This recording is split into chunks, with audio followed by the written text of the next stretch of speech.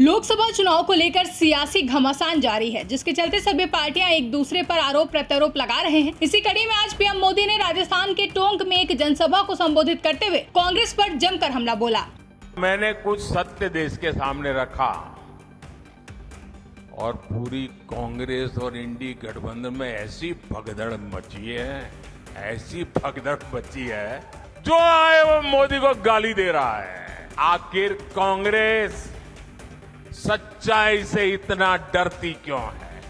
राजस्थान दौरे पर पहुंचे प्रधानमंत्री नरेंद्र मोदी ने कांग्रेस पर निशाना साधते हुए कहा कि परसों राजस्थान में मैंने देश के सामने कुछ सत्य रखा और पूरी कांग्रेस और इंडी गठबंधन में भगदड़ मच गई। मैंने सत्य रखा कि कांग्रेस आपकी संपत्ति छीनकर उनके खास लोगों को बांटने की गहरी साजिश रचकर बैठी है। मैंने जब उनकी इस राजनीति का पर्दाफाश किया तो इससे उन्हें इतनी मिर्ची लगी कि वे हर तरफ मोदी को गाली देने में लग गए। परसों जब मैं राजस्थान आया था तो मेरा एक 1.5 मिनट का भाषण, 90 सेकंड का भाषण, और मैंने कुछ सत्य देश के सामने रखा और पूरी कांग्रेस और इंडी गठबंधन में ऐसी भगदड़ मची है, ऐसी भगदड़ मची है। मैंने सत्य रखा देश के सामने। कांग्रेस आपकी संपत्ति छीनकर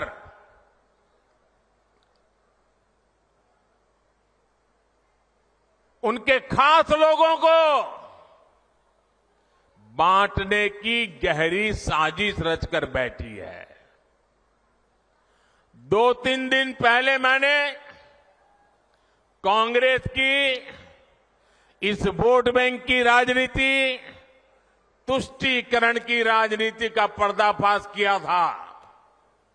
इससे कांग्रेस और उसको सिस्टम में उनको इतनी मिर्ची लगी है, इतनी मिर्ची लगी है कि वो हर तरफ गालियां देने में टूट पड़े।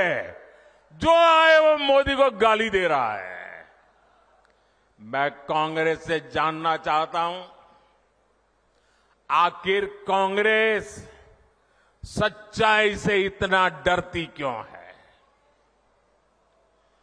कांग्रेस क्यों अपने नीतियों को ऐसे छिपाने में लगी है? जब आपने नीति बनाई है, निर्णय लिया है, तो अब जब मोदी जी ने खुल करके राज रख दिया, आपका हिडन एजेंडा बाहर आ गया, तो अब कांप रहे हो? अरे हिम्मत है तो स्वीकार करो, हम आपसे मुकाबला करने के लिए तैयार हैं।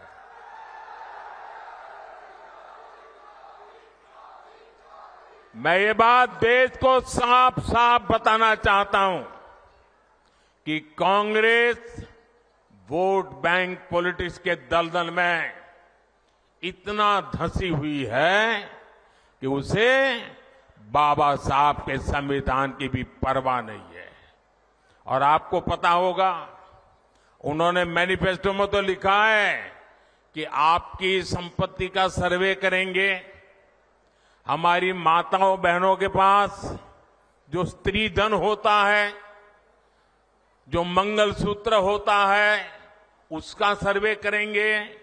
और फिर उनके एक नेता ने तो भाषण में कहा, एक्सरे किया जाएगा। आपके घर में अगर बाजरे के अंदर डिब्बे में भी कुछ रखा है तो वो भी एक्सरे करके खोजा जाएगा।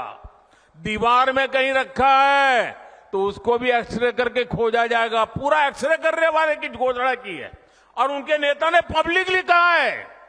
और फिर आपकी सारी संपत्ति, जरूरत से ज्यादा जो भी होगा वो उनका कब्जा करेगी उनकी सरकार, कहते हैं, और फिर लोगों को बांट देंगे।